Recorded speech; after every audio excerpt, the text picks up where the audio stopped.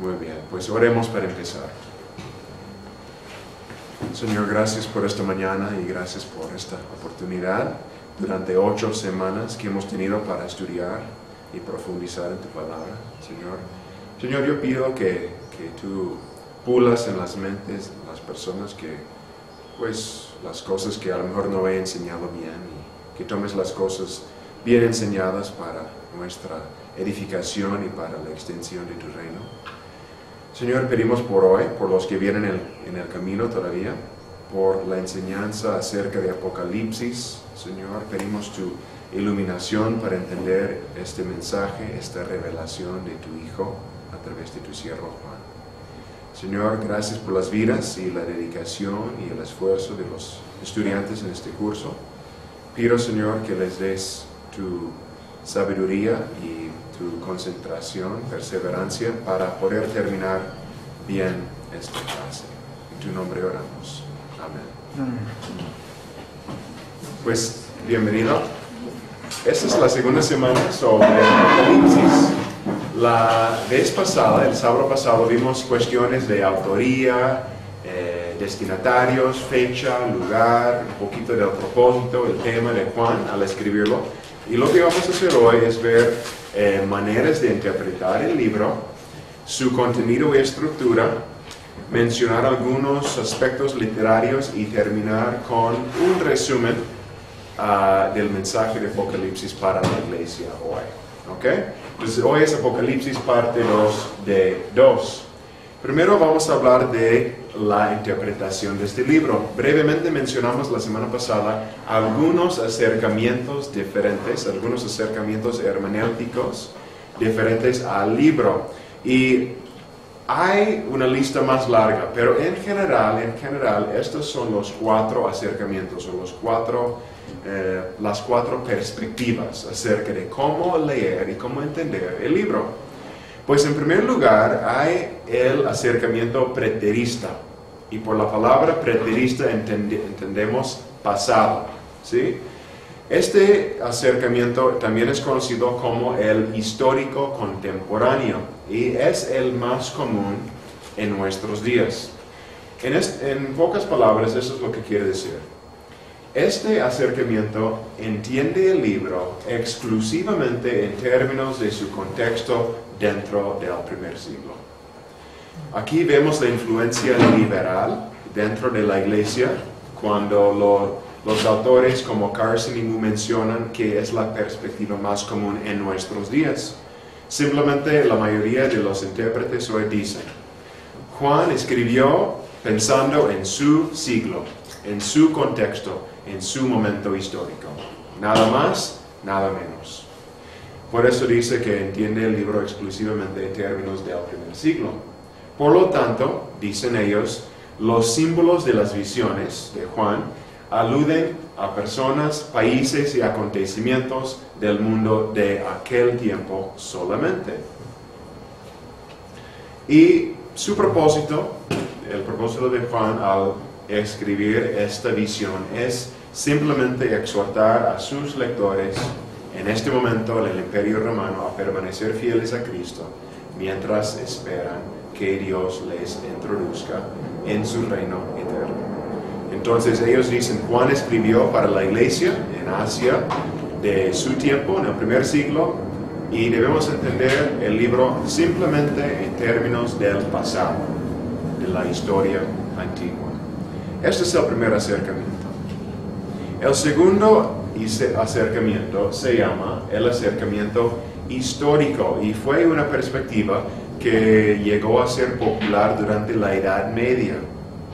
Durante la Edad Media surgieron varios momentos con la convicción de que el milenio mencionado por Juan en Apocalipsis capítulo 20 estaba a punto de llegar. Y claro, esta es una tendencia no solamente de la Edad Media, sino pues de muchos siglos, incluyendo el siglo XIX y el XX, diciendo, no, algunas personas con cierta perspectiva en cuanto al milenio está a punto de llegar. Y claro, en inglés tenemos toda la serie de libros de Left Behind y las películas. todos escritos desde una perspectiva posterior al milenio, posterior a la segunda venida de Cristo, ¿sí? El milenio, la tribulación, los 7 años, la voz del Cordero, etcétera, etcétera, etcétera. Cuentan estos libros un chorro de historia imaginada después del milenio. Pues ellos, empezando en la Edad Media, veían en Apocalipsis un esposo de la historia desde el tiempo de Cristo hasta sus días. Comenzaron a nombrar momentos históricos a través de los siglos y dijeron, en Apocalipsis nos predice todos estos momentos, ¿no? Nombrando personas, fechas, países, acontecimientos en los siglos 10, 11, 12, etc. Aparte, cabe mencionar que esta perspectiva o este acercamiento histórico en cuanto a la interpretación de Apocalipsis también era popular entre los reformadores como Lutero y Calvino, porque esto les permitía, y lo leemos mucho en los institutos de Calvino, la institución, identificar a la bestia de Apocalipsis con el papado, ¿no? Entonces hay una conexión estrecha en su pensamiento entre la bestia y la Iglesia Católica Romana del siglo XV, XVI, etc. Es el segundo acercamiento. El tercer acercamiento, o la tercera perspectiva interpretativa acerca de Apocalipsis, es lo que podemos llamar un acercamiento futurista. Primero, preterista, el pasado, primer siglo. Segundo, histórico, los siglos hasta la Edad Media y más allá. Y ahora este tercer acercamiento futurista dice que los eventos descritos en Apocalipsis, del capítulo 4 en adelante, encuentran su cumplimiento solamente en los últimos días de la historia, al final de la historia humana. Es completamente una referencia en Apocalipsis al futuro, nada más. Pero hay una versión moderada de este acercamiento que dice que algunos de los primeros acontecimientos tienen lugar durante la historia, antes del fin, durante los siglos, desde el primer siglo hasta ahora. Y al final vamos a mencionar también otro acercamiento, es el idealista. Este acercamiento no pretende colocar los eventos descritos en Apocalipsis, las visiones, dentro de ningún periodo histórico. Los intérpretes que siguen esta línea dicen que los símbolos mencionados en Apocalipsis representan verdades eternas, verdades de todo momento, como la victoria sobre la maldad. Son creencias, son ideales, son verdades que son ciertos en todo momento, tanto para la etapa de Juan, durante los siglos, para nuestros días y también para el futuro. Entonces ellos dicen, como ya mencioné, pero con otras palabras, que los símbolos no corresponden a acontecimientos específicos e históricos para nada. Milligan dice esto, hablan más bien de la manera general en la cual Dios trata con el mundo, generalmente hablando. Apocalipsis nos enseña la acción de grandes principios y no de incidentes especiales. Ahora, ¿qué podemos decir ahora nosotros acerca de estos acercamientos diferentes? Pues en Carson y Moore, ellos hacen un punto, dicen una cosa, dicen las verdades fundamentales de Apocalipsis no requieren que adoptemos una sola perspectiva estrecha o angosta entre estas cuatro. No tenemos que aferrarnos necesariamente a una perspectiva, a un acercamiento y rechazar por completo a los otros, porque cada acercamiento tiene su verdad, tiene su punto de vista cierto. Los que leen el libro, si leemos el libro, podemos entender el mensaje en general resistiendo la tentación de preocuparnos demasiado por los detalles. Y esa es una tentación que existe, ¿no? Aferrarnos a un detalle u otro y decir, no, esto significa esto, tiene que ser. No. En general podemos leer todo el Apocalipsis, toda la revelación y tener una idea del panorama histórico, del panorama de verdades que quiere comunicar Dios en el libro. Ahora, Carson y Moon dicen, hay una parte de verdad en cada una de estas 4 perspectivas. Sin embargo, ellos enfatizan que el acercamiento futurista, que bajo la revelación, la inspiración del Espíritu Santo, Juan hablaba más acerca de eventos futuros en la escatología, o sea, los últimos días de la historia de salvación. Juan sí está hablando de la eventual y completa victoria de Dios sobre Satanás y la maldad, y su propia vindicación de su carácter y la redención final de su pueblo, de su iglesia. Dicen ellos, hay una cita de la página 642, que este acercamiento futurista es el que hace más justicia a la naturaleza y propósitos del libro. Ellos dicen, Juan adapta y modifica la perspectiva apocalíptica. O sea, él toma el género que estaba presente en su día y mucho de lo que él escribe en su Apocalipsis tiene que ver con las mismas características de cualquier Apocalipsis típico de estos siglos.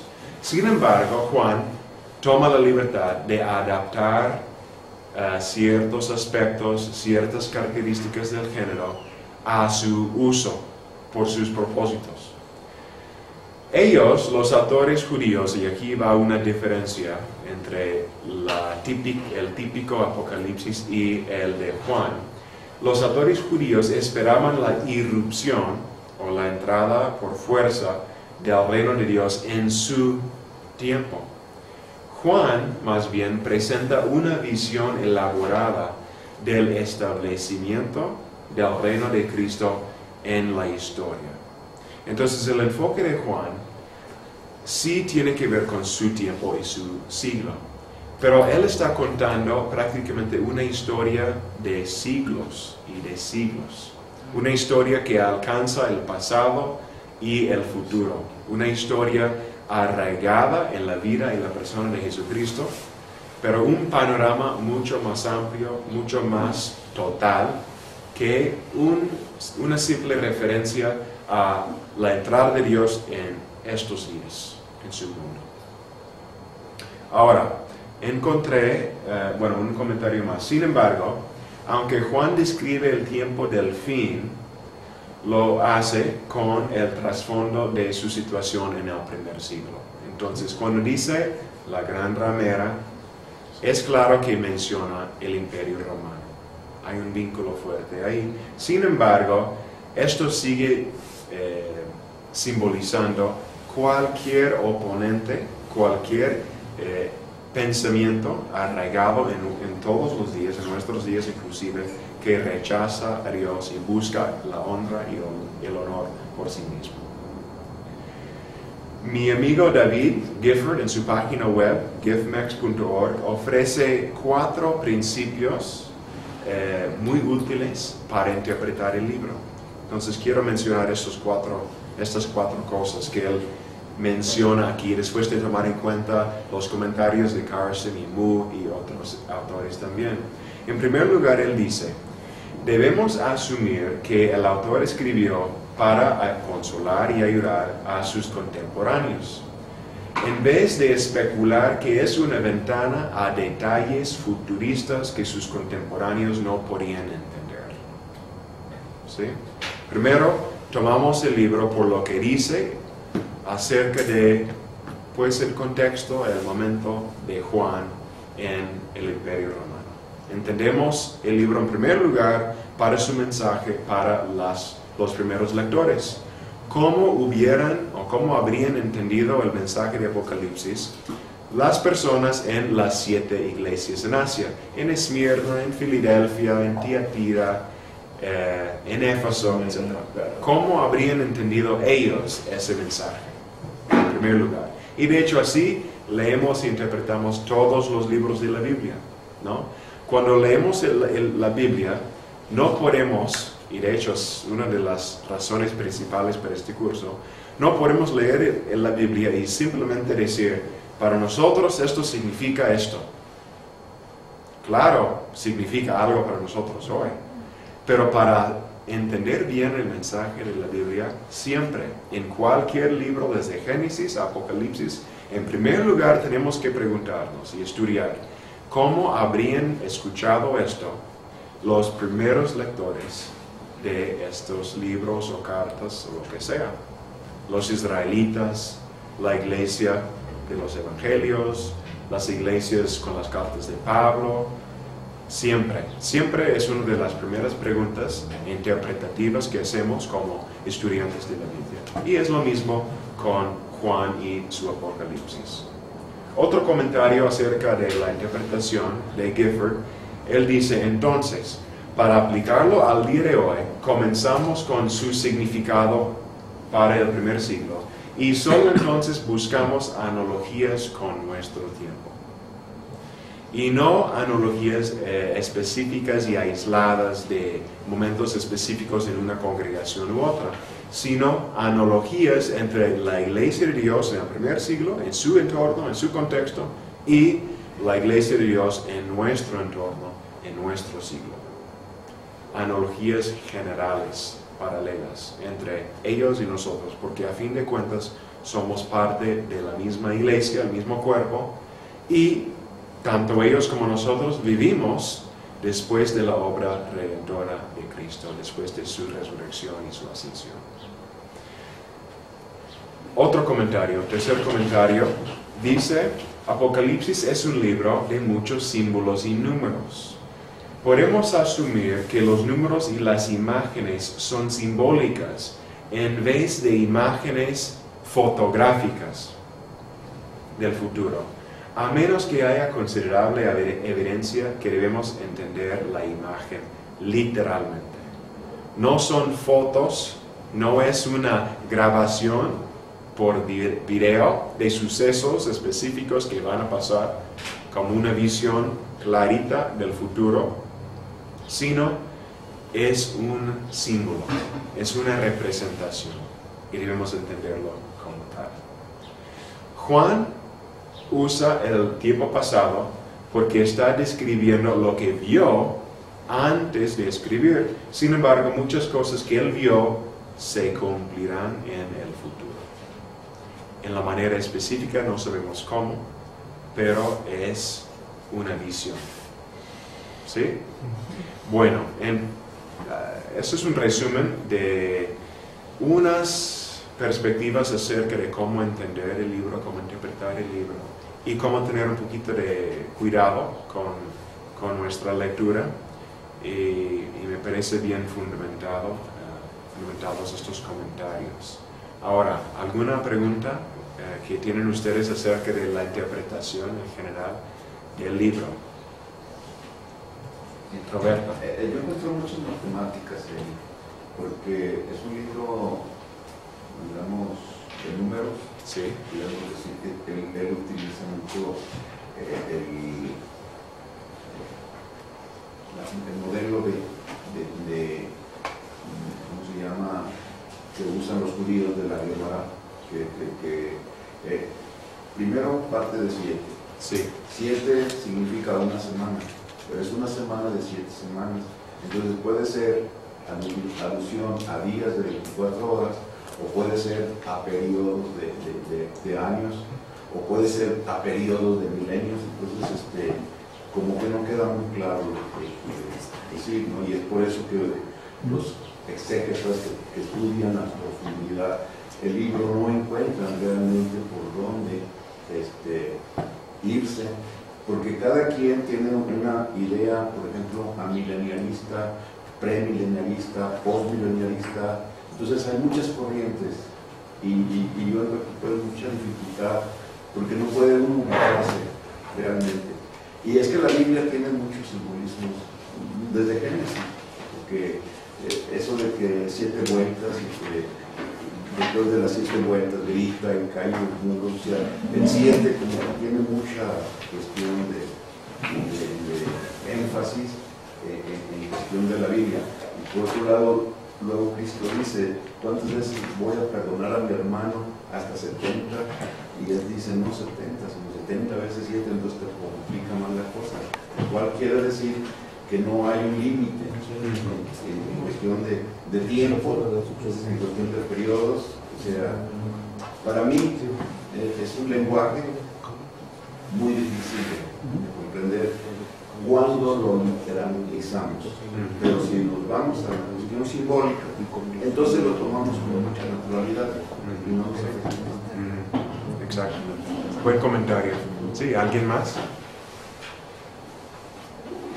Pues lo que vamos a hacer ahora, entonces, es ver la estructura y el contenido del libro. Ok, aquí estoy basándome en cómo se organiza la estructura, un poco la Biblia de estudio, NBI, y también lo que describe Carson y Moo, en pocas palabras. Y les invito a que abran sus Biblias también a Apocalipsis, porque vamos a ver algunos versículos en el transcurso de este comentario. Antes de entrar directamente al contenido, quiero hacer 2 comentarios. El primer comentario es que la frase en capítulo 1, 19, puede ser un indicador del contenido, puede ser una manera de visualizar o entender en general cómo está organizado el libro. ¿Qué dice 1:19?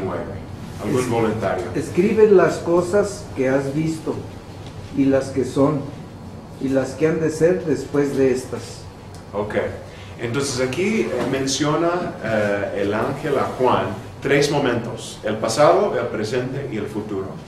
Cuando dice las cosas que has visto, puede ser una referencia al capítulo 1, en primer lugar, donde ve a Cristo resucitado, su visión de su cabello, su bata, su espada, muchas cosas, su fajo. Y las que son, puede ser una referencia a los capítulos 2 y 3, o sea, ahí está el contenido de las 7 cartas breves a las 7 iglesias. Y la referencia futura a las cosas que han de ser, las cosas que han de suceder después de estas, puede ser ya una referencia al capítulo 4 en adelante. Entonces, para empezar, podemos pensar en el libro como pasado, capítulo 1, presente, en ese momento, capítulos 2 y 3, y cosas futuras, el capítulo 4.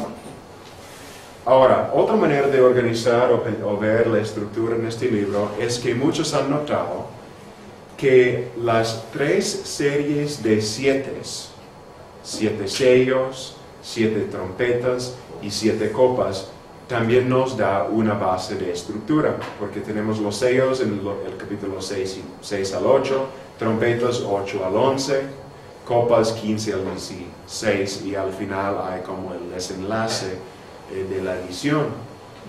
Es interesante notar, aparte, en estas 3 series de 7, que hay interrupciones en la secuencia.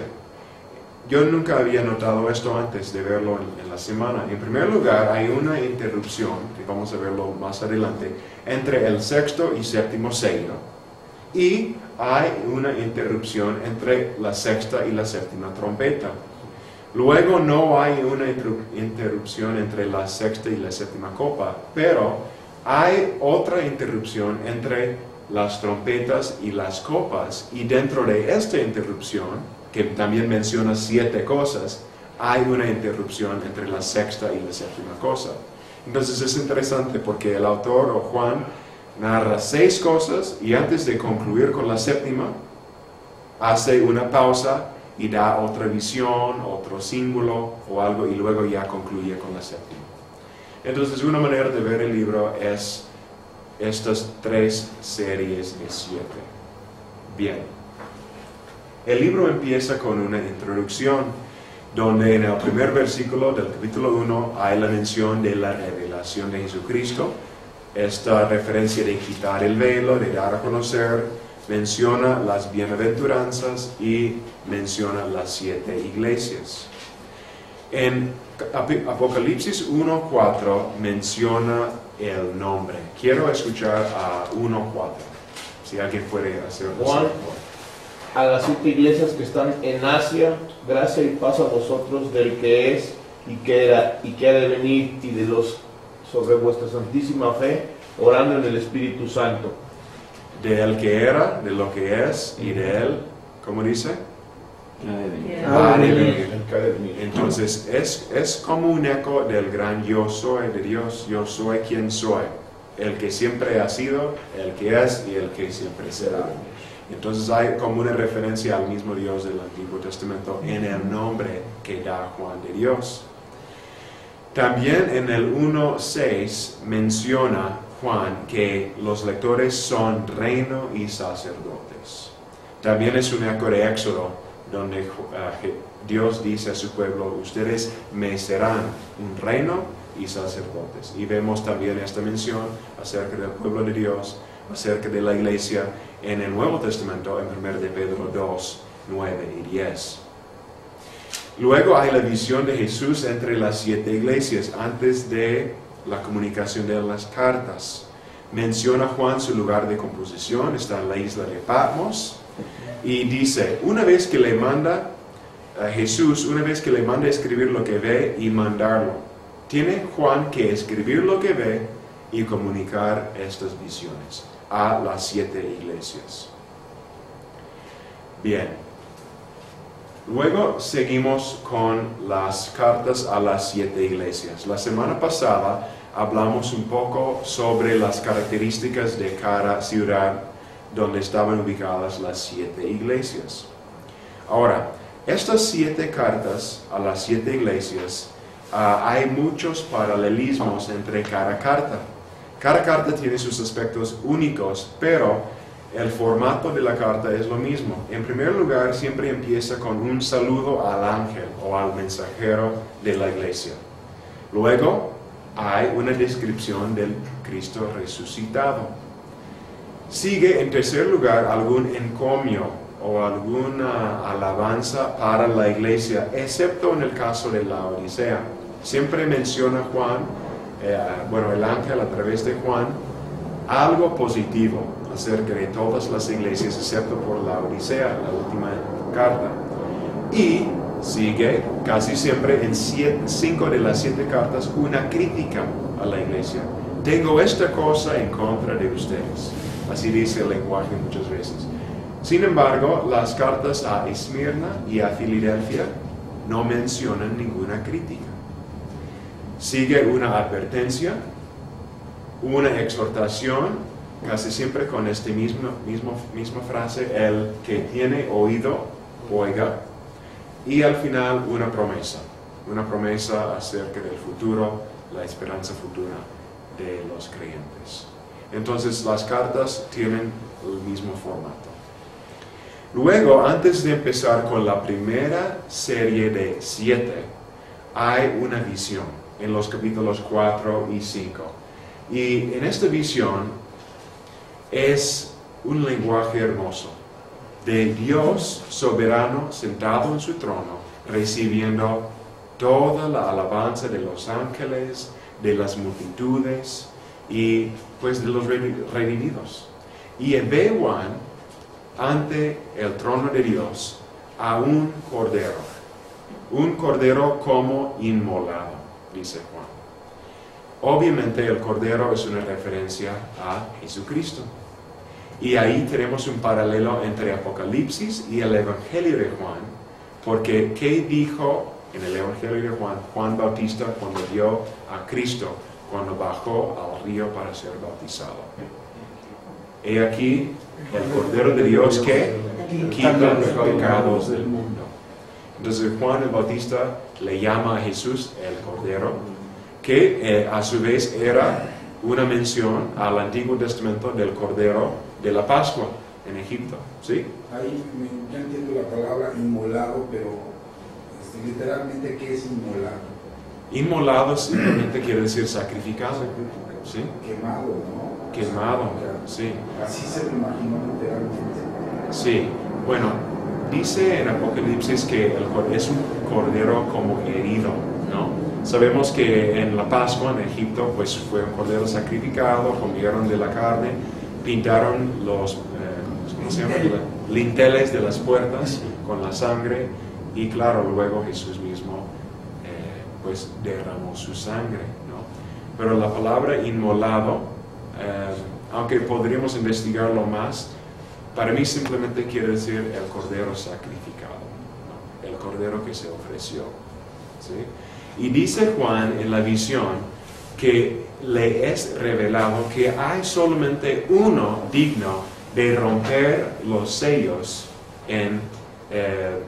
romper los 7 sellos en el libro que Dios Padre tiene en su mano.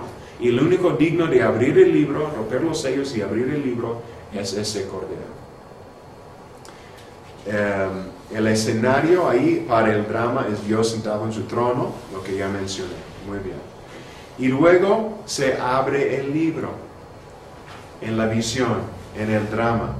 Y lo que viene a continuación en el capítulo 6, 7 y 8 es lo que pasa o lo que simboliza los 7 sellos.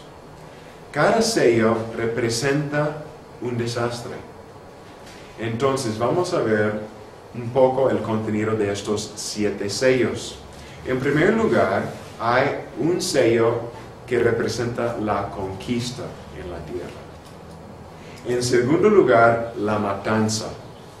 Y aquí vemos cosas terribles que pasan en la tierra cuando se va rompiendo los sellos. Conquista, matanza, escasez de alimentos, muertes, y hay la voz o la visión de la voz de los mártires clamando a Dios para que se haga justicia.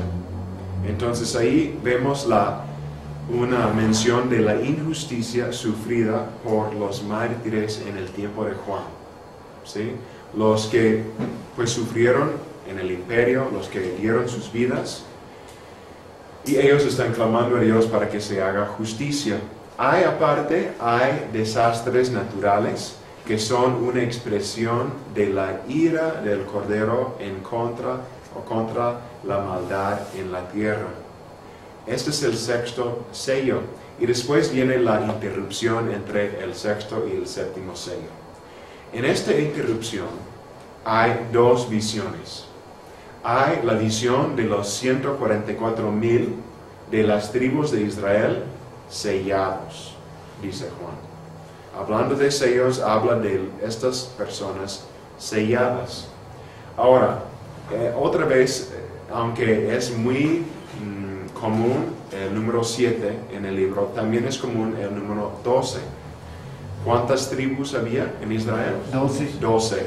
El número 144,000 significa 12,000 por cada tribu de las 12 tribus. Y hoy vemos, pues en los testigos de Jehová, ellos toman este número, no simbólicamente, sino literalmente, y dicen, en el cielo va a haber nada más 144,000 personas. Muy poquito. Muy poquitos, ¿verdad? Y si les preguntas, tú como buen testigo, aquí testificando, tocando puertas, compartiendo literatura, ¿eres parte de los 144,000? ¿Y qué te dicen? Eso espero, dicen. Eso espero, pero probablemente no. Así dicen. Porque saben que, pues, para llegar a ese nivel, pues, muy difícil, ¿no? Pero según, aunque no he estudiado mucho acerca de ellos, como que tienen niveles diferentes en el cielo. Estos son los meros y los otros, pues, ahí de segunda clase, pero también en algún rinconcito ahí en el cielo, ¿verdad? Pero obviamente es un número simbólico, ¿verdad? De la plenitud, más bien, del hecho de que todo el pueblo de Israel, ahora conformado también por las naciones, por los gentiles, por nosotros, ahí en el cielo está completo. O sea, los que creemos en la elección, podemos decir, los que Dios eligió, ahí están todos completitos. Dios no falló ni con uno. ¿sí? Esa es la primera visión. La segunda visión que tiene Juan en esta interrupción entre los sellos es ahora, paralela a la primera, una innumerable multitud que vienen de la gran tribulación. Entonces, 144,000, si estuviéramos entre tanta gente, no podríamos contar tantas personas, ¿no? Si vas al estadio de las Chivas o algún partido de béisbol, como yo hacía como niño en Chicago o Nueva York, en un estadio lleno de 50,000 personas, parece 1,000,000, ¿no?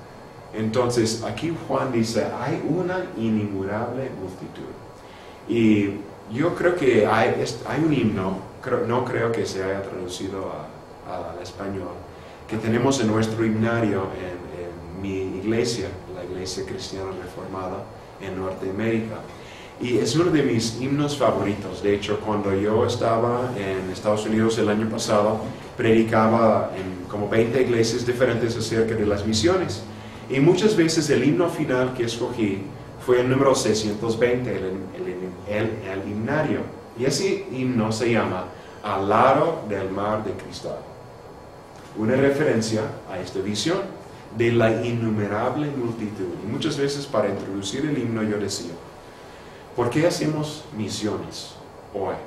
Hacemos misiones porque Dios quiere que sea reunido una innumerable multitud de personas de todas las naciones, tribus, lenguas, etc., que le adoran.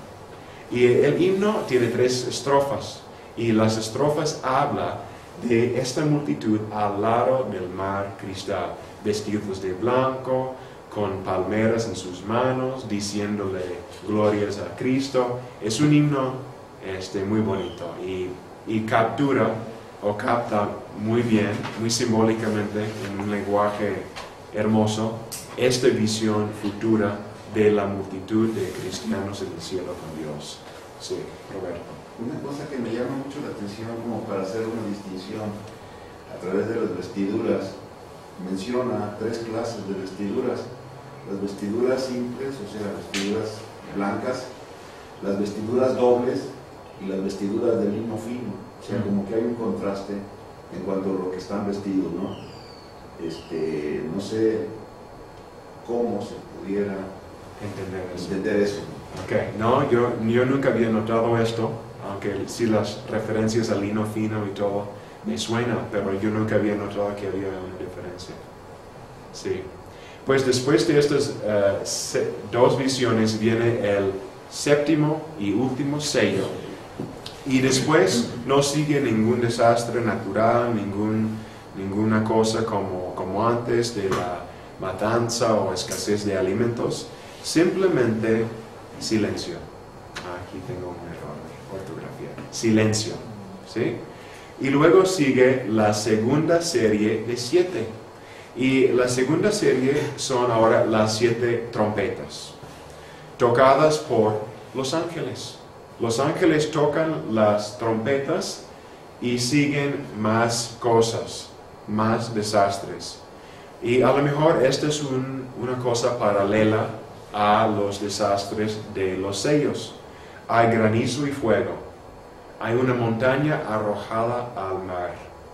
Hay una gran estrella que cae del firmamento. Hay cambios astronómicos. Hay langostas destructivas. Hay un enorme ejército que triunfa y conquista. Y otra vez hay una interrupción entre la 6ª y la 7ª trompeta. Y aquí hay, en esta interrupción, 2 visiones más, igual que antes. En la primera visión hay un ángel con un librito que se le ordena a comer. Y en la segunda visión hay 2 testigos que profetizan, son asesinados y resucitados. Y al final, cuando se toca la 7ª trompeta, hay la inauguración de himnos que alaban a Dios por su triunfo y por sus juicios. Bien, ahora después de esta segunda serie de las 7 trompetas hay una interrupción entre las trompetas y las copas. Pero en esta interrupción hay 7 cosas más, 7 signos importantes, signos de personajes o eventos en los capítulos 12 al 14. Una mujer, en primer lugar, da a luz a un hijo, ¿sí? Y después sale empieza una guerra en el cielo entre Miguel, esa es otra referencia a Miguel, y sus ángeles, y un dragón identificado como Satanás expulsado del cielo.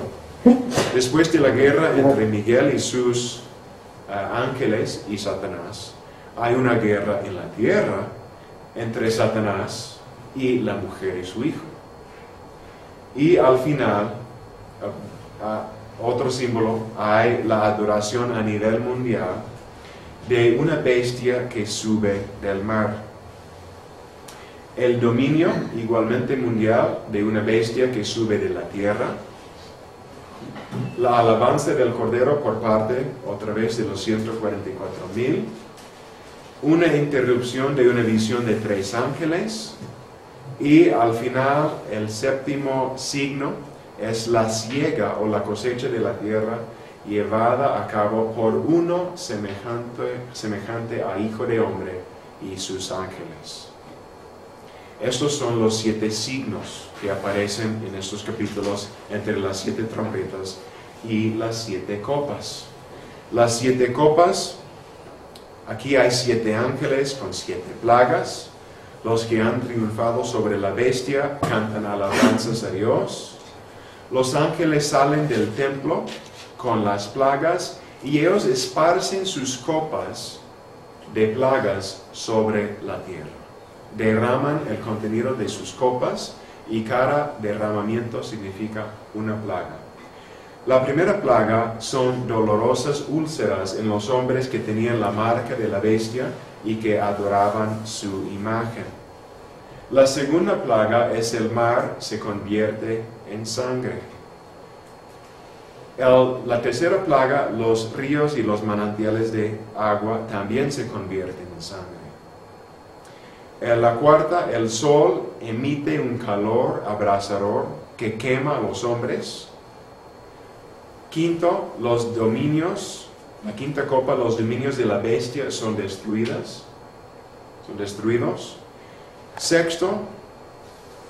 La séptima copa, el río Éufrates se seca y aparece una enjambre de malos espíritus que preparan el camino para la batalla del gran día del Dios Todopoderoso en Armagedón.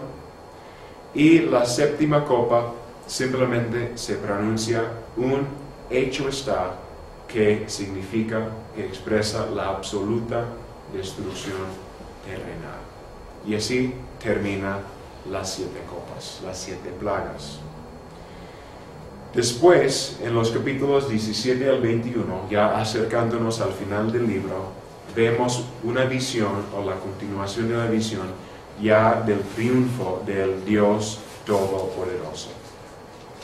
En estas visiones, la soberanía de Dios que Juan antes veía en el cielo, se expresa ahora en este mundo y en el venidero. Se va concluyendo la visión. Juan describe el juicio de los impíos y la recompensa de los justos. Y al final tiene otra visión, revela la maldad y el destino de la gran ramera, la gran ciudad que reina sobre los reyes de la tierra. Dice, Babilonia es condenada y destruida. Pero en medio de este juicio en la tierra hay salvación, porque Juan oye las alabanzas de una gran multitud que ha sido invitada a participar ahora de las bodas del Cordero. El matrimonio, la boda entre Cristo y su esposa, entre el Cordero y su novia. Juan muestra la victoria sobre las bestias y las naciones que son derrotadas por el jinete que monta un caballo blanco. En el capítulo 20, Juan menciona los 1000 años, que es donde ahora tenemos el término, el milenio, El milenio, yo creo que es el único lugar en toda la Biblia donde se menciona literalmente el milenio o los 1000 años. Y la característica principal de los 1000 años es un tiempo cuando Satanás es atado. Atado, pero no completamente destruido, no arrojado todavía al abismo de fuego o al lago de fuego. Una vez yo lo he escuchado de esta forma. Durante los 1000 años, y nosotros como cristianos reformados creemos que ahora estamos viviendo durante los 1000 años, otra vez, un periodo simbólico, cuando Satanás es atado en el sentido de un perro callejero, salvaje, atado a un árbol en tu pasto, en tu jardín. Ahí el perro amarrado o atado puede hacer daño, pero solamente al límite de su correa. No puede hacer más daño que los 3, 4, 5 metros que tiene de cadena o de soga. Entonces yo he encontrado esta ilustración como algo útil para pensar en la obra de Satanás ahora. Puede hacer mucho daño Satanás, ¿sí? Pero solamente a cierto punto. No tiene un poder infinito, no tiene libertad total para hacer lo que quiera. Ahorita está siendo restringido. ¿Sí? ¿Una pregunta? Como un arco en la cárcel. Ajá. O sea, dentro del cárcel puede hacer algo, pero no mucho, ¿verdad? Ajá. Puede ser, sobre todo si alguien le trae un celular o algo. ¿Sí? Vemos esto a veces en las películas donde los narcos o los criminales ahí adentro tienen su pequeño reino, ¿no? Donde mandan y compran y hacen y esto, ¿no? Sí, entonces en cierto sentido Satanás es atado, limitado, pero todavía feroz y puede hacer daño dentro de los límites que tiene. Al final hay la rebelión de Satanás y ahora su destrucción definitiva. Hay el juicio de todos los muertos ante el trono, el gran trono blanco de Dios, y ya la inauguración de un nuevo cielo y una nueva tierra donde Dios recibe o mora con su pueblo, capítulo 21. El libro termina, o la visión termina ahora con la nueva Jerusalén, la ciudad santa. Juan ve la novia, la esposa del Cordero, en la imagen de una nueva Jerusalén. Hay una descripción con sus características con bastante detalle. Y no nos hemos detenido para leer muchos versículos, pero quiero pedir, tal vez empezando atrás con Joaquín, un versículo cada quien. Vamos a leer Apocalipsis 21 del 9 al 21. Está bien, empezamos con Mónica entonces. Si cada quien puede leer un versículo en voz alta, vamos a escuchar cómo termina la visión con esta descripción de la Nueva Jerusalén. ¿Cómo dice? 21:9. 21:9 al 21. Vino entonces a mí uno de los 7 ángeles que tenían las 7 copas llenas de las 7 plagas postreras y habló conmigo diciendo: ven acá, yo te mostraré la desposada, la esposa del Cordero. ¿Me toca el 10, perdón? Sí. Sí. Me llevó en el espíritu a una montaña grande y elevada y me mostró la ciudad santa, Jerusalén, que bajaba del cielo procedente de Dios. Moisés. Teniendo la gloria de Dios, y su fulgor era semejante al de una piedra preciosísima, como piedra de jaspe, diáfana como el cristal. Tenía un muro grande y alto con 12 puertas, y en las puertas 12 ángeles y nombres inscritos, que son los de las 12 tribus de los hijos de Israel. Al oriente 3 puertas, al norte 3 puertas, al sur 3 puertas, al occidente 3 puertas. Y el muro de la ciudad tenía 12 cimientos, y sobre ellos los 12 nombres de los 12 apóstoles del Cordero. El que hablaba conmigo tenía una caña de medir, de oro, para medir la ciudad, sus puertas y su muro. La ciudad era cuadrada, medía lo mismo de largo que de ancho. El ángel midió la ciudad con la caña y tenía 2.200 kilómetros. Su longitud, su anchura y su altura eran iguales. Pablo. Dio su muro 144 codos de medida de hombre, la cual es de ángel. César. La muralla estaba hecha de jaspe y la ciudad era de oro puro semejante a cristal pulido.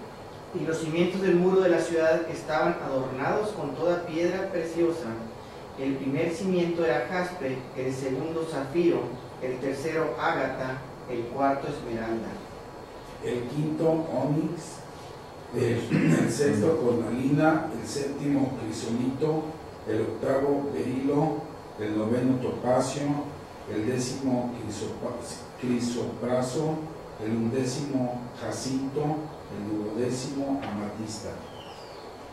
Yo de mi esposa. Las 12 puertas eran 12 perlas, cada una de las puertas era una perla, y la calle de la ciudad era de oro puro, transparente como vidrio. Ahí está la descripción y vemos ahí el número 12 repetido muchas veces. Vemos la descripción de una ciudad santa, pues bien fundamentada, cuadrada, cúbica, para simbolizar que es un lugar adecuado para el pueblo de Dios, ¿verdad? También hay mención de muchas joyas preciosas, las puertas, la fundación, el cimiento, las puertas diferentes también, con los colores, con las joyas. Y vemos que es el lugar donde el pueblo de Dios puede vivir en la presencia de Dios, tal como hacía al principio en Edén y como hizo parcialmente durante el tiempo en Canaán y como nosotros hacemos parcialmente en esta vida. Pero es como la terminación de la historia, donde otra vez, cuando el mal está completamente conquistado y erradicado, donde la iglesia, el pueblo puede vivir con Dios.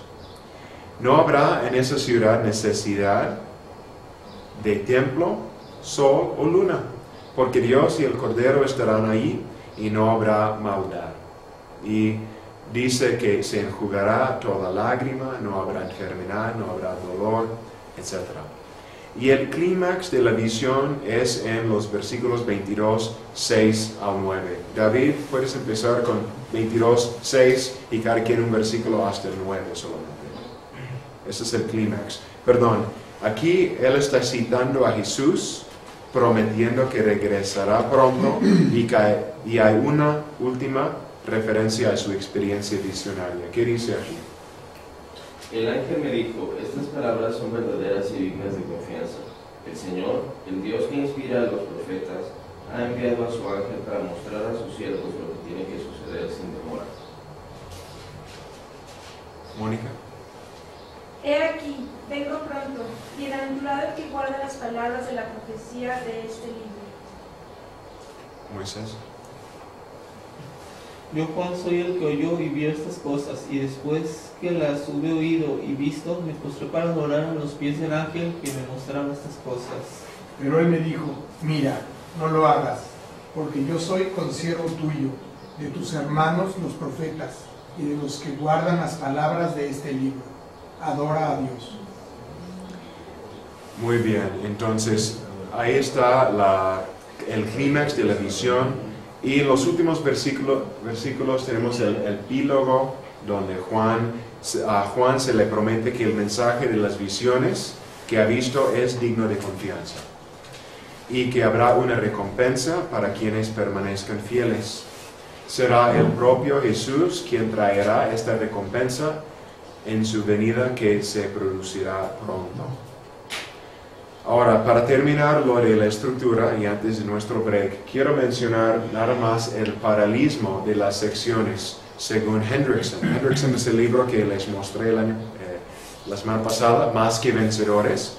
Hendrickson dice que hay un paralelismo entre 7 secciones del libro que tiene cierto sentido. Dice Hendrickson que se repite la historia una y otra vez de los últimos días en los capítulos 4, o bueno, sobre todo 4 al final. En los primeros capítulos solo tiene una mención del juicio final en el 1:7. En la segunda parte del 4 al 7 el juicio se introduce formalmente, pero no hay una descripción, pero se menciona otra vez. En los capítulos 8 al 11 hay una referencia en el capítulo 11 del juicio. Los capítulos 12 al 14 tenemos una descripción simbolizada por una cosecha, por el Hijo del Hombre.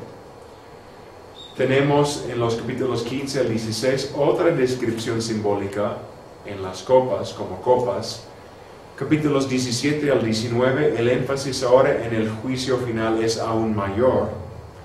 Y en los últimos capítulos ya no hay simbolismo tal, sino describe el juicio directamente.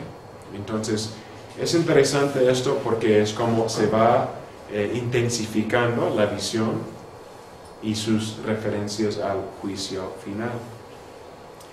Bueno, ¿algún comentario que tienen ustedes ahora acerca del contenido y la estructura del libro? Yo nada más tengo una pregunta.